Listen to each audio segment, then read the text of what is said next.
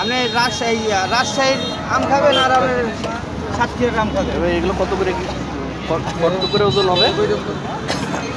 এলে আমার চালান তো আসবে স্যার, আমি দেখাইতে দিয়েছি 2000 হইলে 555 আর আমার দাম আছে 788।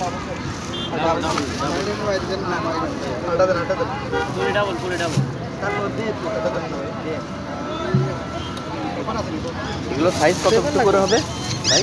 ওগুলো সাইজ কত করে হবে? 1 KG plus. 1 KG plus. 1 KG এটা 4টা না 5টা? 4টায় 2 কেজি করে। 4 কেজি 700। 4 কেজি 700। 1 কেজি 100 কত করে ধরলেন আপনি?